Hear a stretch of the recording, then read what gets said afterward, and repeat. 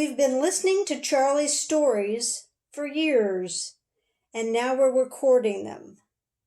We're doing it alphabetically and have finished A story about Afghanistan. Today, we're moving on to B. Well, thank you for recording me again. I thought I'd pick out a kind of a different place for B. Shortly before I came home back to the States after World War II, and remember I was only 18 years old at the time, and they kept some of us for quite a few months after the war.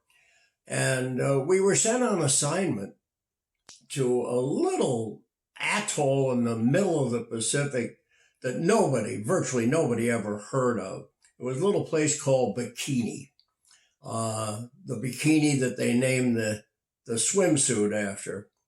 And I remember a couple things about going to Bikini. And remember what we were doing was clearing the place so that we could have the atomic bomb tests and then later hydrogen bomb tests. And I guess they've exploded more bombs in Bikini than were exploded in World War II, except that they were atomic.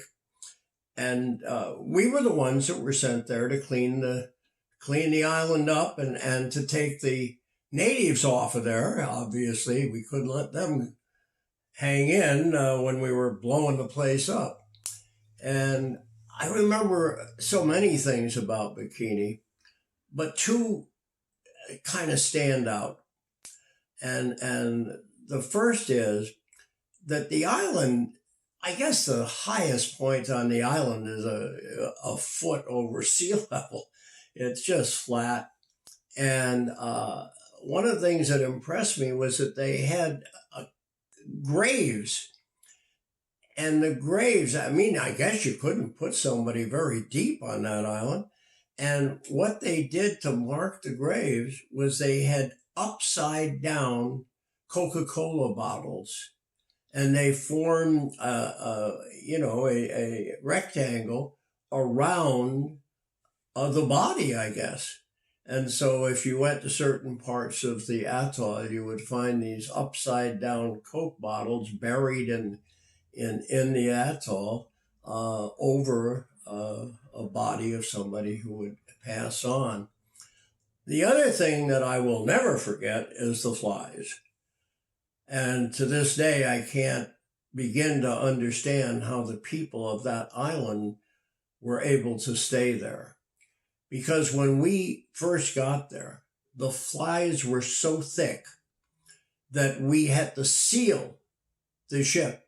We had to seal all the portholes and all of the doorways that led inside the superstructure and going down below.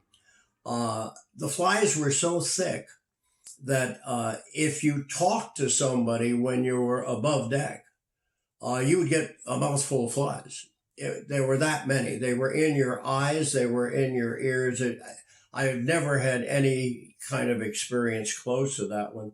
And what they had to finally do to clear the place was to have a seal the ship, everybody get inside, and then they had planes come over and just drench the whole atoll with DDT and kill the flies, because otherwise we couldn't have operated there.